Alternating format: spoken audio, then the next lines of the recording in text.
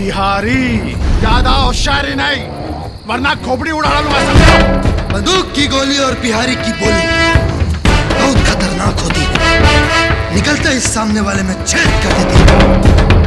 अरे बिहारी बिहार से आके अपन के मुंबई में, वो भी बगिया दादा के मोहल्ले में, ज्यादा होशियारी वरना खटमल के जैसे मसल दूंगा।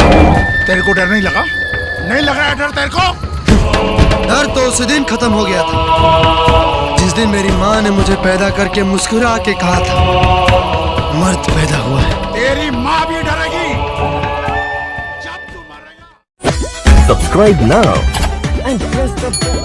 सज धज के मेकअप करके सुघर लागेलू, लेकिन मैं सब से सुपर लागेलू।